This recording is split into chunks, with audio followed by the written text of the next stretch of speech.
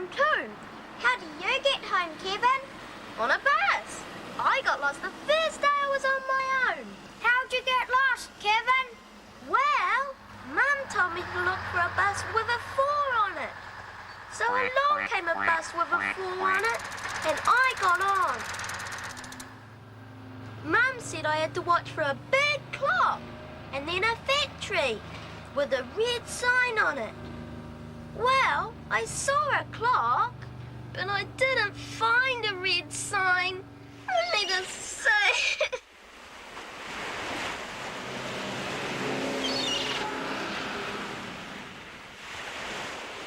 What's the matter?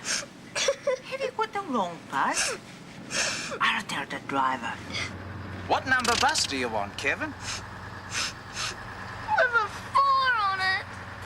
Well, this bus has a 1 in front of the 4, and that makes it a 14. Now, don't worry, I'll put you right. You'll be at school in no time at all. Did you tell your mother you cried? Yeah, I did, and she just said... Sometimes crying is the only way grown-ups have of knowing little kids need help to keep themselves safe. Gee, a lot of people will give you help if you want it. Here's your bus now, with a 4 on it.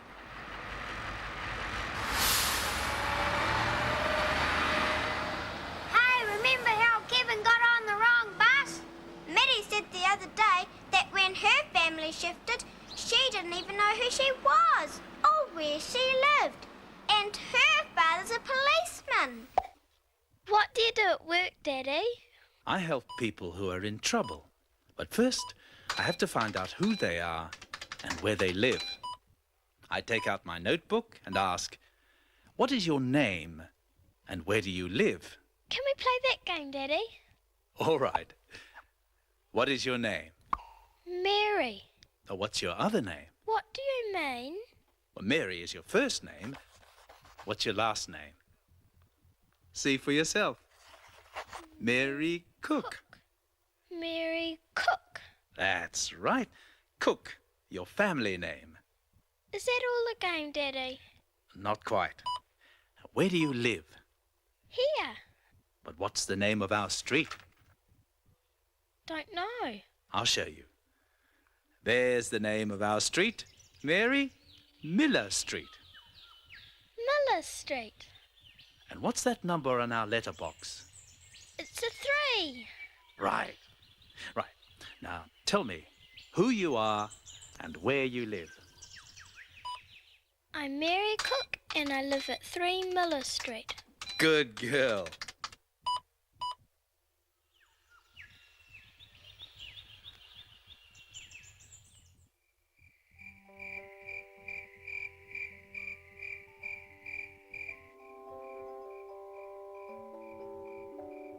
Daddy, you know our letterbox with the 3? What's the other thing on it? That's a safety house sign. What's a safety house? It's a place that children can go to if they're scared or lost. They can be sure that someone in the safety house will help them. If you're lost or scared, you can go to wherever you see that sign. It's a safe place for kids. That's right. Good girl.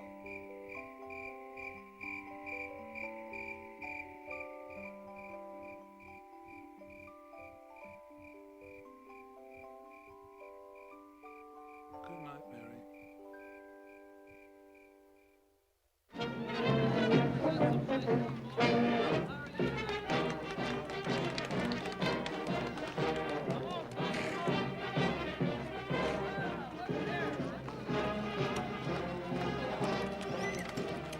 Mom! Dad! Hey, Mary's gonna get lost. You bet. We better tell her growing up we've got to help her keep safe. Now, what's your name and where do you live? I'm Mary Cook and I live at 3 Miller Street. Oh, good girl to say your name and address so clearly. You come with me and we'll soon find your parents. You've got to know your name and address to keep yourself safe.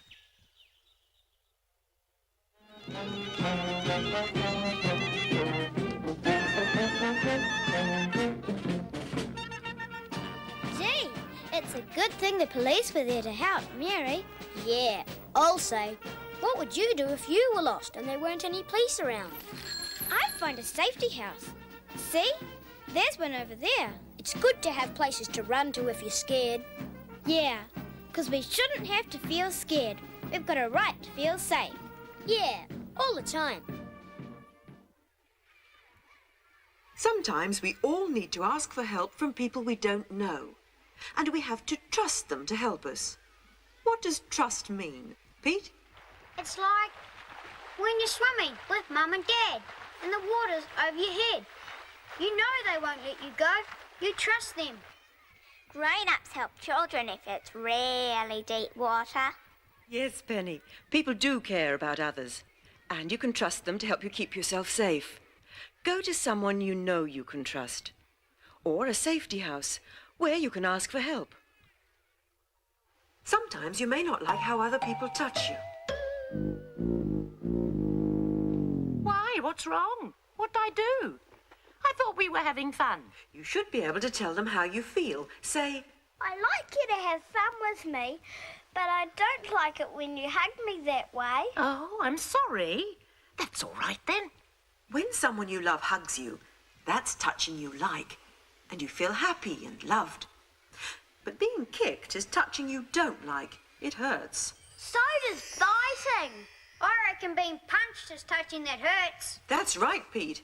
Kicking, biting, and punching are touching that hurts.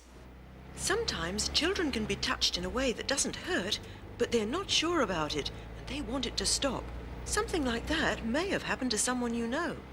When this happens, you say, "No, don't do that. I don't like it, and I want you to stop." Don't do that. I don't like it, and I want you to stop.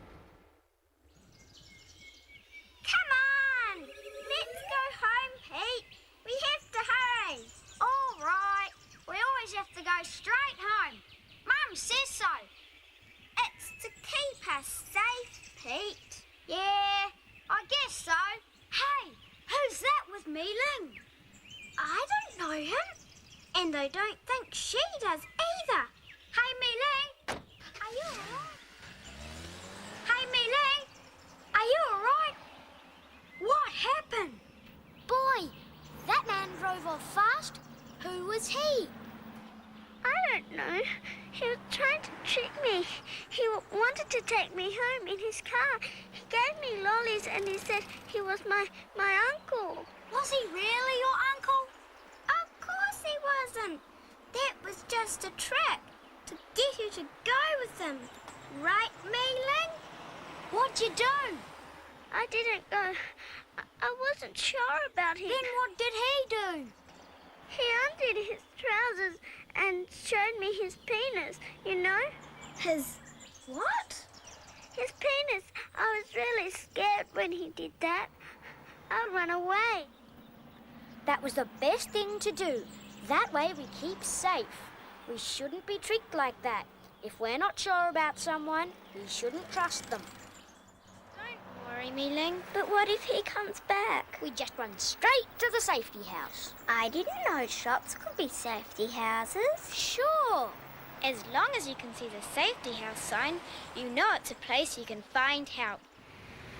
I'm glad we didn't need it today. What's a penis, Mum? It's what boys have between their legs. You haven't, Penny, because you're a girl. Girls have a vulva and a vagina. If anyone tries to touch your penis, Pete, or your vulva or vagina, Penny, you can say no and tell them to stop. Do you understand, children? Yes, I think so. But what if the man lived at my house? Like a real uncle or a father? Even if he lives with you and you know him, he must not touch you in a way you don't like. If he does, you must tell him to stop. Then tell some other adult you can trust what has happened. Like your mother? Yes, Pete, like your mother or another grown-up you feel safe with. Gee, it would be hard to tell if you really liked him. Or he told you it was a secret and you weren't allowed to tell. Yes, Penny, it would be hard, but you must tell. Remember, you have the right to feel safe. Pete? It figures. We have to keep ourselves safe. Mei-ling did the right thing, because she didn't get into the car. She didn't think she could trust the man. She didn't think he was her uncle.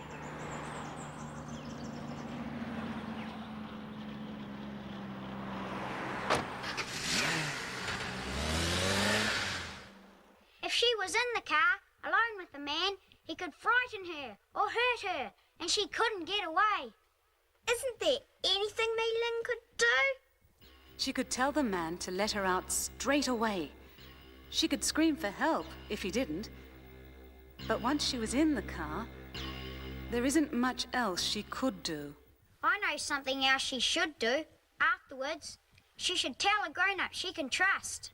That's right, Pete. That's the way to keep yourself safe and to make sure that the man doesn't try to hurt or frighten another child.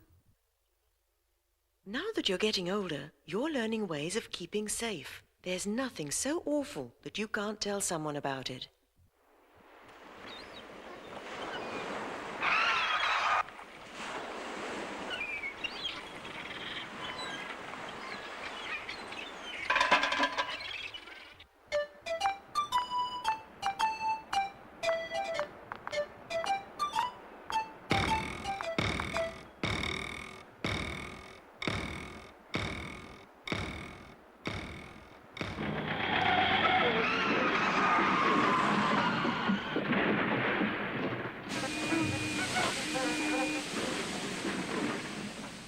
But sometimes you need help from grown-ups. Now, would you like to tell us what you learned, Pete? Most grown-ups are okay people, but us kids have got to keep ourselves safe.